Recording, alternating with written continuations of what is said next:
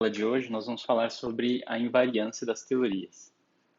Então, por exemplo, quando a gente fala que uma teoria é um invariante relativístico, ela é invariante relativística, significa de fato dizer que ela é invariante por uma transformação de Lorentz, tá? Nesse caso específico. Então, sempre que a gente disser que uma teoria é invariante sob certo aspecto, a gente sempre está pensando em uma transformação específica ou mesmo uma transformação geral de coordenadas. Mas se você, por exemplo, define uma teoria que ela não preserva a transformação de Lorentz, ou seja, ela se altera, né, o funcional que representa aquela teoria se altera completamente à medida que você realiza uma transformação de Lorentz, você diz que essa teoria não é um invariante relativístico. Do contrário, ela é um invariante relativístico. Né? Esse é um exemplo que aparece o tempo inteiro na teoria de campos. Tá? Mas para formular o conceito de invariância, a gente não vai pegar um exemplo específico. Né? A gente vai tratar de exemplos. No decorrer da explicação, eu vou fazer alguns exemplos. Mas, a princípio, a gente vai estar interessado numa transformação que pode ser descrita por um parâmetro contínuo. Tá? O que eu quero dizer com isso? Eu vou definir um parâmetro contínuo, epsilon. Tá? Esse aqui é um parâmetro contínuo. Tá?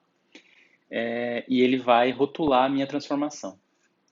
No seguinte sentido, se epsilon for igual a zero, eu tenho a transformação, vamos dizer assim, a transformação identidade. Ou seja, não faz nada, né? Não altera nada o sistema.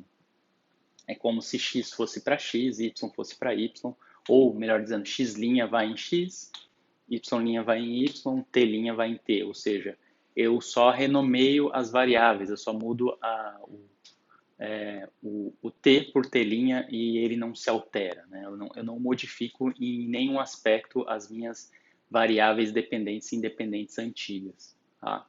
Então, esse é um tipo de parâmetro que varia continuamente e que para epsilon igual a zero, para o valor dele zero, para o zero dele eu tenho a transformação identidade. Tá? Então, eu vou construir uma transformação que leve em conta isso, a partir desse parâmetro epsilon. Tá? Então, à medida que epsilon cresce, a diferença entre o sistema antigo não transformado e o sistema transformado fica cada vez maior, partindo de epsilon igual a zero, que é a transformação identidade. Então, esse é o primeiro passo para a gente construir a nossa transformação. Agora eu vou definir duas funções. Vou definir esse conjunto de funções T maiúsculo e Q maiúsculo. Tá? O que significam essas funções? Essas funções, elas representam as transformações. Tá?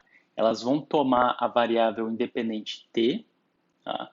E as variáveis independentes QMI, que são as minhas variáveis originais, e a partir da variação de epsilon, elas vão produzir novas variáveis independentes e dependentes. Tá? Então, isso aqui ele vai fazer o seguinte trabalho: tomar as variáveis antigas, t e qmi, e levar nas variáveis novas, t' e qmi, vamos colocar assim, t' e q'mi. Tá? Ou QMI' melhor. Tá? Fica melhor. QMI'. Tá? Então, essas aqui são as minhas variáveis antigas. O meu valor de tempo e o meu valor de posição, por exemplo, se você quiser, sendo levadas a novas variáveis, t' e q'mi', através dessas funções t maiúsculo e q maiúsculo. Tá? Então, essas funções t maiúsculo e q minúsculo que representam de maneira funcional a transformação. Né? Ela vai depender ela vai depender das variáveis antigas e do parâmetro epsilon que realiza essa transformação. Né? Essas vão ser as relações da transformação. Tá? Mais especificamente, a gente pode colocar assim. Tá? Pode escrever assim, que eu tenho um t, tá, original, ele vai num t', tá? E isso aqui, esse t' vai ser igual a uma função t, que pode depender da variável antiga, né? Provavelmente ele vai depender da variável antiga, da variável dependente antiga, das variáveis dependentes antigas, e do meu parâmetro que define a transformação. Tá? Então, esse t maiúsculo, essa função de várias variáveis que vai me dar especificamente a transformação, vai me dar a forma funcional da transformação do tempo, nesse caso. A transformação espacial, a transformação das variáveis dependentes, melhor dizendo, é muito parecida, né? Então, tem o QMI, que vai no QM'L, tá? Cuja relação funcional é descrita por essa função Q maiúsculo, que depende de t, do meu QMI, tá? Antigo, e do meu epsilon. Tá? Se esse epsilon for zero, não tem transformação. Tá? Isso aqui é transformação identidade. Tá? Então, essas aqui, só para deixar registrado, essas aqui são as minhas variáveis antigas, ou variáveis iniciais, né? Essas aqui são as novas variáveis.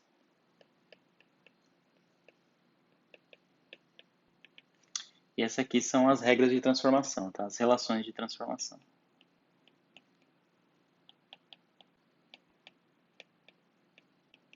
Tá? Vão depender de várias variáveis aí, do tempo, das variáveis dependentes e também do meu parâmetro epsilon. Tá? Só para ilustrar, vamos pegar agora o exemplo. Então, a gente guarda essas equações, tá? Essas relações, e vamos... Então, como ilustração, vamos olhar para as rotações do plano, tá? Que é o tipo de transformação que a gente tem, né, mais simplificado que a gente tem. Então, como exemplo, vamos escrever o seguinte. Tá? Um exemplo, rotações no plano. Uma rotação no plano.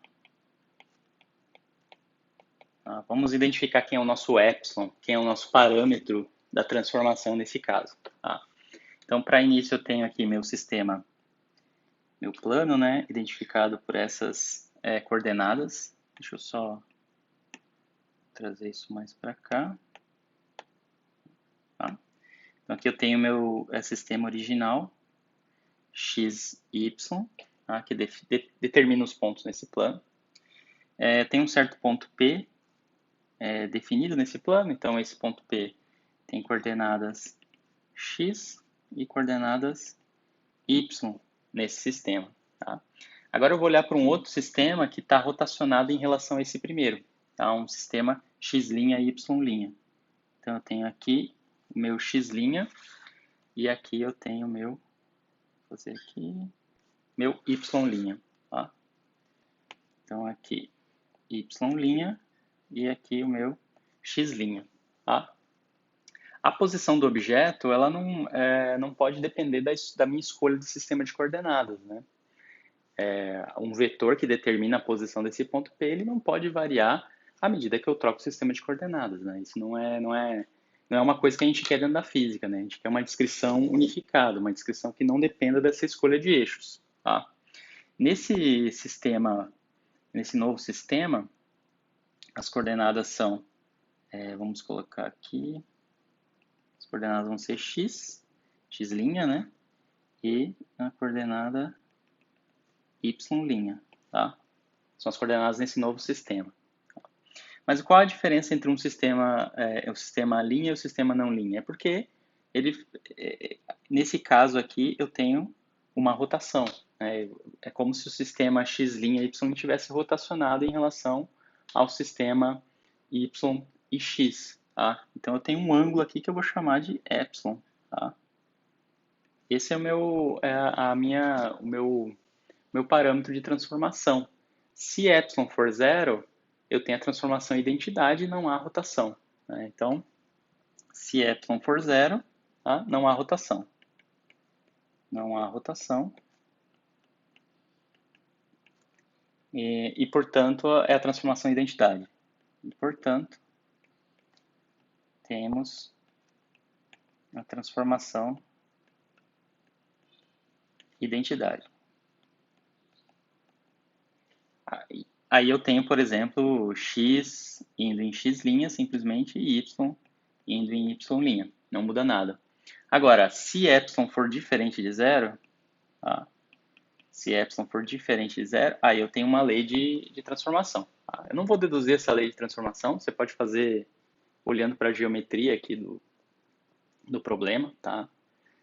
Não é nada difícil. Mas o que eu tenho é o seguinte, eu tenho que x' vai ser igual a x, que é a variável antiga, vezes o cosseno de epsilon, mais y, vezes o seno de epsilon, tá? Epsilon é o ângulo θ que rotaciona. Só estou usando a letra epsilon para identificar esse nosso esquema de transformações, tá? Transformações mais gerais. O y', tá? Vai ser menos x, seno de epsilon, mais y, cosseno de epsilon, tá? E se você quiser, o z' vai ser igual a z, tá? Essa transformação não afeta a coordenada z. Tá? A rotação no plano não vai afetar a coordenada z. Então, nesse caso, pessoal, eu tenho, por exemplo, um x', tá? Que vai num x, e a lei de transformação, vamos colocar aqui Q1, tá? Deixa eu ver se eu estou usando, eu não estou usando o índice aqui, mas vamos colocar assim, Qx, tá? Que é a lei de transformação na coordenada x, olha, ela vai depender de x, ela vai depender de y e vai depender do parâmetro epsilon. Tá? No caso de y, isso y' vai em y, isso aqui é uma função, vamos colocar assim, Qy, que depende de x e y, tá? Só olhar aqui, e também depende de epsilon. Tá? E no caso do z, z' indo em z, é simplesmente, isso aqui é a identidade. Tá? Isso aqui não altera. Tá? Então, a gente nota nesse exemplo simples que a gente tem esse tipo de estrutura. Tá? Que rotação no plano, por exemplo, é algo que a gente pode incluir numa transformação desse tipo, tá? Como a gente colocou aqui em cima. Tá? E a gente tem essa propriedade de que se epsilon for zero, vamos ver aqui, se epsilon for zero, o que acontece? Se epsilon for zero, seno de 0 é 0, cosseno de 0 é 1, então fica x' igual a x. Tá? No outro caso aqui embaixo, y', seno de 0 vai dar 0 e eu fico com cosseno de 0 que vai dar 1, então fica y' igual a y e z' igual a z. Então tem a transformação identidade aqui no meio. Tá? Isso é importante para identificar essas transformações, ou os geradores dessas transformações, como um grupo de Lie.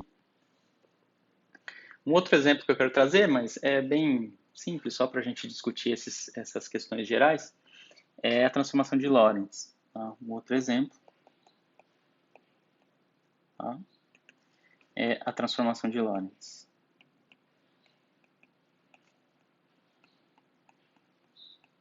Tá? Que é a regra de transformação entre diferentes referenciais inerciais na relatividade especial. Tá? Então, por exemplo, eu tenho a transformação do tempo, eu tenho um T' que é igual, né? Vou escrever a transformação específica aqui, que é igual a um gama, que é o fator de Lorentz, vezes T menos a velocidade entre os dois referenciais, vezes a posição. Esse gama, pessoal, só para lembrar, é 1 sobre raiz de 1 menos b quadrado sobre c quadrado. Tá? É o fator de Lorentz. O c aqui eu estou tomando igual a 1. Tá? Nem vou escrever o c, só deixo o v quadrado aqui. Estou usando sistema natural de unidades. Tá? Então o c eu estou setando ele como 1. A velocidade da luz está setada como 1. Tá? Essa é só uma parte da transformação. Tem a transformação espacial também, né? E aqui vocês já devem ter visto, né? Isso aqui é a transformação de Lorentz, vai misturar tempo e espaço, tá? Então eu tenho a mistura, o tempo ele vai se transformar dependendo do tempo antigo, mas também dependendo do seu ponto no espaço. Tá? É uma característica da relatividade. X' então é igual a gama vezes x menos v vezes t. Tá? É outra transformação. E aí, tudo bem, pega só a transformação em x, tá? Só para simplificar. Vou manter o y' inalterado, y' igual a y, e vou manter o z também inalterado, z' igual a z. Tá? Então, nesse caso, pessoal, qual seria o parâmetro da transformação? Nesse caso, a gente tem que ver o seguinte, olha, se a velocidade for zero, se v' for zero, ou seja, se eu não tenho velocidade relativa entre os dois sistemas de coordenadas, significa que esse v vai a zero, esse v vai a zero, ou seja, esses dois termos aqui, tanto este quanto este, tanto do t' quanto do x', eles vão a zero. E aqui sobra gama vezes t, gama vezes x. Mas o gama também vira 1 quando v for zero. Ó. 1 sobre raiz de 1 menos v quadrado. Quando v for zero, isso aqui vai a zero, e gama vira 1. Tá? Então, no final das contas, eu tenho t' igual a t, x' igual a x, quando o epsilon for zero, né? Quando v for zero. Então, de fato, eu consigo identificar quem é meu parâmetro que determina essa transformação. De fato, o parâmetro é o epsilon, tá? O parâmetro é o v. Né? O meu epsilon aqui é o v. Tá? Esse é o parâmetro que determina essa transformação contínua. Tá? Então, a partir disso, eu posso construir a transformação, enfim, olhar para outros aspectos. Aqui eu só estou apresentando um exemplo para a gente identificar quem é esse epsilon em transformações do dia a dia, né? Transformações mais simples que a gente tem. Tá? Agora a gente pode fazer uma outra pergunta, tá? Também aí na seara dos exemplos. A gente pode se perguntar como impor uma transformação num funcional. Né? Eu quero fazer, posso fazer a seguinte pergunta, né? Vamos pegar um exemplo concreto. Lembre daquele funcional do caminho, né, que determina a distância entre dois pontos. Eu posso perguntar o seguinte, o funcional do caminho no plano é invariante para uma transformação de rotação? Quer dizer, eu tenho a distância entre dois pontos, né? Eu tenho esse funcional que descreve essa quantidade, e eu me pergunto, se eu mudar o sistema agora, se eu rotacionar o sistema de referência, como a gente mostrou aqui em cima, daquele jeito mesmo, será que o funcional vai mudar? Será que a distância entre dois pontos vai mudar? Eu apostaria que não, porque a distância entre dois pontos é uma quantidade que não deve depender do seu sistema de coordenadas. Se o seu sistema está se ele está a uma certa velocidade, bom, se ele está a uma certa velocidade tem algumas questões aí, mas a distância entre dois pontos não deve, de maneira geral, depender do rótulo das variáveis que você utiliza para identificar cada ponto no plano. Tá? Não deve depender de x, y, x' ou y'. Tá? Mas isso tem que ser mostrado, a gente pode mostrar isso. Tá? Então, como é que funciona? Vamos pegar isso aqui e vamos colocar também como mais um exemplo. Tá? Um exemplo. Tá? É essa pergunta, né? O funcional da distância, né? O funcional do caminho. Funcional de caminho. Em duas dimensões, né? É invariante por uma transformação de rotação. Esse aqui é um exercício interessante para a gente já ter essa noção de como funciona, né? Como o conceito de aplicar uma transformação funcional funciona, né? Com perdão da repetição de funciona em funcional. Tá? Então a gente já tem qual é a ação, né? A gente sabe qual é o funcional da distância. É o nosso S. Vou colocar o S aqui. Vai ser a distância entre dois pontos, A e B, tá? Sempre uma integral definida. Aqui eu vou ter 1 mais dy dx, é a derivada ao quadrado, né? Isso aqui a gente já deduziu. Integrado em dx. Tá? Essa é a minha variável independente, né? Vamos colocar aqui, x é a variável independente e y é a variável dependente. Tá? Então tem esse funcional. Aí a pergunta é, se eu fizer uma transformação das minhas variáveis independente x e da dependente y para um x', y', onde a relação entre x' e y' é dado por aquelas relações lá que a gente deduziu, será que sob uma transformação desse tipo o S permanece invariante? Será que isso implica que S é igual a S'? Essa é a pergunta. Tá? Então a gente tem que dar um jeito de escrever y, tá?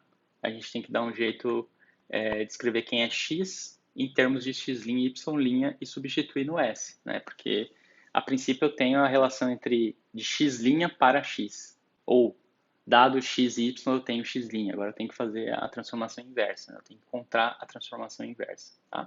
Eu vou dar o resultado, tá? Nas notas de aula está feito com detalhe, mas é uma conta simples, tá? Então, eu tenho assim, né? Eu tenho que x vai ser igual a x' cosseno de epsilon menos y' seno de epsilon. Depois eu tenho que y é igual a x' vezes seno de epsilon mais y' vezes cosseno de epsilon, tá? Eu obtive isso aqui a partir dessas relações aqui em cima, tá? Vamos voltar aqui, dessas aqui, tá? Mas aqui eu tenho x', y' igual a uma função de x e y, tá? E epsilon também. Então tem que dar um jeito de inverter essa relação, escrever essas duas relações, não mais x' igual a alguma coisa, mas x igual a alguma coisa, não y' igual a alguma coisa, mas y igual a alguma coisa, para poder aplicar aqui na minha ação, tá? Que é dado em x e y, tá? Fica mais fácil nesses casos, tá? Muito bem, então essa é a minha ação para o caminho, tá? Mas eu posso também relembrar que a origem dessa ação da distância entre dois pontos, tá? Vou colocar assim, lembrando. Eu posso escrever esse S também em termos dos diferenciais dx e dy, tá? Que fica mais fácil para a gente fazer essa análise. Isso aqui é a mesma coisa que dx ao quadrado mais dy ao quadrado elevado a 1 meio, tá? Então, é só para simplificar a descrição, isso aqui que está aqui é o mesmo que o que está aqui em cima. Tá? A gente deduziu dessa maneira. Tá? Então, o que eu tenho que fazer? Eu tenho que achar quem é dx quadrado e dy ao quadrado, usando agora a minha lei de transformação. Agora eu quero reescrever essas quantidades nas nossas novas variáveis transformadas, né? Nas variáveis x' e y', que são as variáveis do novo sistema que foi rotacionado em relação ao sistema antigo. Tá? Como faz isso? Bom, vamos olhar primeiro para o dx. Tá? Por essa relação que está aqui em cima, só lembrando, por essa relação aqui em cima, o x vai ser igual a um x que depende de x', y' e epsilon. Aqui vai ser um y, que é uma função também de x', y' e epsilon. Tá? Então agora eu posso escrever esse diferencial dx, lembrando dessas dependências. Tá? Então o x depende, basicamente, o epsilon não entra, né, porque ele é fixo, né, o fixo quem é o epsilon, né? Então não faço derivada em relação ao epsilon. Ele é um parâmetro que vai ter o seu valor definido. Mas aí eu tenho que levar em conta as dependências em x' e y'. Tá? Então, meu dx vai ser igual a um del x dx' mais del y, não é del y não, del x, del y' dy'. Tá?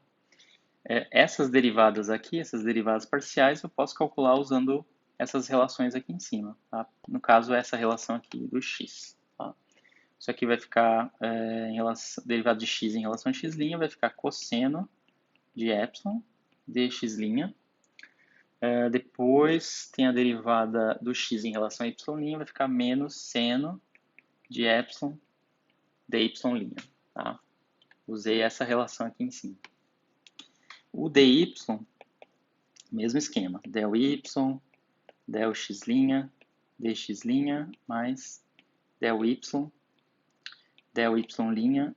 dy'. Tá? Isso aqui vai ser igual, vamos lá, em relação a x', a derivada vai dar seno de epsilon dx' mais cosseno de epsilon dy'. Tá? Tem essas duas relações.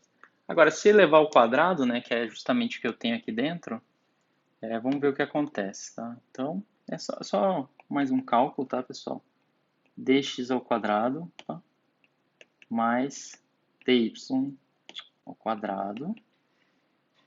Isso aqui vai dar seno ao quadrado. Vou pegar o x primeiro. Então, vai dar cosseno ao quadrado de epsilon. Tá? Dx' ao quadrado. menos 2 cosseno de epsilon, seno de epsilon, dx' dy', tá? Mais seno ao quadrado de epsilon dy ao quadrado. Tá? Depois, mais seno ao quadrado de epsilon dx' ao quadrado, mais 2 cosseno de epsilon, seno de epsilon, dx' dy', tá? Esse termo cruzado vai cancelar, já dá para perceber. Mais cosseno ao quadrado de epsilon dy ao quadrado. Tá? Então, a gente já pode ver que esse termo cruzado vai cancelar com esse. Tá? Este aqui vai juntar com esse. E esse aqui vai juntar com esse aqui. Tá? Então, no fim das contas, eu fico com... se a gente olhar aqui, a gente vai ficar com cosseno ao quadrado mais seno ao quadrado, vezes dx' ao quadrado. Então, isso aqui, no fim das contas, vai dar dx' ao quadrado. Mais... Aí depois eu tenho dy' ao quadrado, né? Então, e aí tem seno ao quadrado mais cosseno ao quadrado, que também vai dar 1. Então, isso aqui é igual a dy' ao quadrado. Tá? Então, por fim, a gente mostra que dx ao quadrado mais dy ao quadrado é igual a dx' ao quadrado mais dy' ao quadrado. Tá? Ou seja, esse integrando aí é completamente invariante, tá? Por essa rotação. Então, o meu S, ele foi num S', que é igual a integral desde A até B de dx' ao quadrado mais dy' ao quadrado. Tá? Ele manteve a forma, o funcional manteve a forma e portanto, ele é um invariante. Tá? Então, a gente conclui que S' é igual a S e, portanto, esse funcional da distância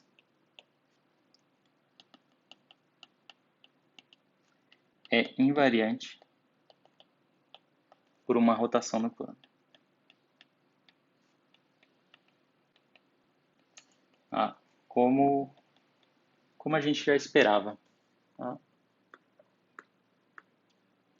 A gente percebe, né, que esse tipo de transformação não modifica a estrutura da Lagrangiana, né, o integrando aqui da ação, ou mesmo da ação. Tá? Ela apenas renomeia as suas variáveis, né? Isso que a gente entende como algo ser invariante. Essa ação não seria invariante se, por exemplo, surgisse do nada com um termo, por exemplo, dx' vezes dy'. Tá? Esse termo seria novo e mostraria que a ação não é invariante por uma rotação no plano, mas não é o caso. Tá? Ela permanece com a mesma estrutura. Tá? Muito bem. Então, a gente pode, a partir desse exemplo, definir a invariância do funcional, né? Definir de uma maneira, digamos, exata. Né? Isso aqui é uma invariância exata, digamos assim, porque o S é igual ao S' sem nenhuma questão de precisão. Né? Para qualquer valor de epsilon, né, isso que está dizendo aqui, para qualquer valor de epsilon, eu tenho essa identidade, que S' é igual a S. Tá? Mas uma maneira de definir invariância que é mais útil é considerar que S é igual a S', ou J é igual a J', como a gente vem usando, letra J para designar a ação, que elas são iguais, né? S é igual a S', para um valor suficientemente pequeno de epsilon. Né? Em outras palavras, para um valor pequeno de epsilon, né, se eu tomar um valor pequeno de epsilon, a diferença entre S e S' é muito pequena para ser medida. Tá? Eu acho que esse tipo de construção, em termos de precisão, em termos de possibilidade de uma quantidade ser mensurada, é muito mais útil dentro da física do que uma identidade, que uma invariância exata como essa. Claro que elas são importantes, né? A gente sempre procura uma invariância exata, mas é sempre interessante a gente olhar para situações mais abrangentes. Tá? Então, a princípio, uma definição de invariância seria essa, que J' é igual a J para qualquer valor de epsilon. Mais uma definição um pouco menos rígida é essa que eu acabei de falar em termos do epsilon muito pequeno. Tá? Então, vamos explorar um pouco mais essa outra definição. Tá? Então, pode-se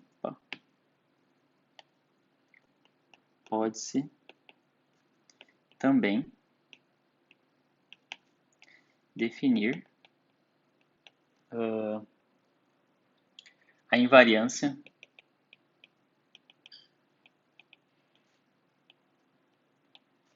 da ação, ou seja, J igual a J', em termos de um valor pequeno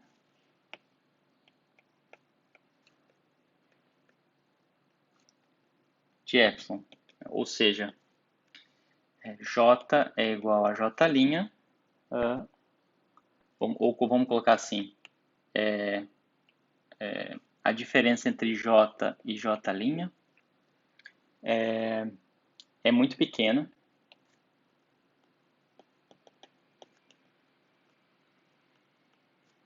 para ser detectada. Então, para um valor muito pequeno de epsilon, a diferença entre a ação antiga e a ação nova é muito pequena para ser detectada. Tá? Essa é uma definição um pouquinho menos rígida. Ali, no caso da transformação no plano, da rotação no plano, eu tenho uma transformação exata para qualquer epsilon. Tá? Então, se eu tenho esse tipo de construção, né, se eu tenho, por exemplo, um epsilon muito pequeno, vamos voltar lá para a nossa definição dessas leis de transformação. Tá? Se eu tenho um epsilon muito pequeno nessa definição das relações de transformação, então isso dá uma vontade de fazer uma expansão em torno de epsilon, já que epsilon é um parâmetro muito pequeno. Tá? Então, é exatamente isso que a gente pode fazer. A gente pode expandir as transformações, e aí a gente vai ter uma transformação infinitesimal. Tá? A gente vai expandir essas transformações em torno de epsilon muito pequeno, ou epsilon tendendo a zero. Tá? E aí, a partir disso, a gente consegue uma expressão para essas transformações em termos dos geradores da transformação, tá? que a gente vai fazer no que segue. Tá? E escrevendo transformações infinitesimais dessa maneira, em torno do epsilon igual a zero, eu consigo eu consigo formalizar mais esse conceito de invariância e ter uma espécie de formalismo para encontrar transformações que tornem a minha ação invariante. Eu posso procurar por simetrias, eu posso procurar por leis de transformações que tornam o meu funcional invariante. Tá? Então, primeiro de tudo, pegar epsilon pequeno. Tá? Se eu tenho epsilon pequeno, então eu posso realizar uma expansão em série de Taylor em torno de epsilon igual a zero. E a partir daí eu posso construir os geradores, e aí a gente pode olhar de novo para esses exemplos da distância entre dois pontos no plano e também da transformação de Lorentz e encontrar quais são os geradores dessas transformações. Tá? Esses geradores, né, a gente tem essas transformações em termos desses geradores. Essas transformações, em geral, possuem identidade, né? A gente procura sempre que ela tenha identidade, né? Então, um conjunto de operações que tem identidade embutida lá dentro, né? E também, em geral, essas transformações possuem inversa. Então, se ela possui identidade, possui inversa, esse conjunto de transformações forma um grupo, mais especificamente o grupo de Lie. Tá? Então, existe toda uma vida inteira aí de estudo sobre grupos de Lie, tá? Principalmente dentro da física de partículas, em que essas questões de grupos e simetrias é muito, muito importante para você descrever partículas elementares. Tá? Então isso é muito importante, mas na nossa análise aqui a gente não vai fazer um mergulho aí nos grupos de Lie. Merece um curso à parte, tá? Mas só para ter em mente o seguinte, essas transformações infinitesimais para epsilon muito pequeno, são transformações que contêm identidade e contêm inversa, portanto formam um grupo, e esse grupo é o grupo de Lie. Tá? É um grupo bem interessante que aparece em muitas áreas da física teórica, mas com mais ênfase na física de partículas, tá? Então, eu vou ficar por aqui. Na continuação dessa nossa discussão, a gente vai realizar essa expansão para epsilon pequeno, tá? E aí vai poder definir, vai poder escrever a nossa lei de transformação em termos dos geradores dessa lei de transformação. Tá bom? Então, até mais.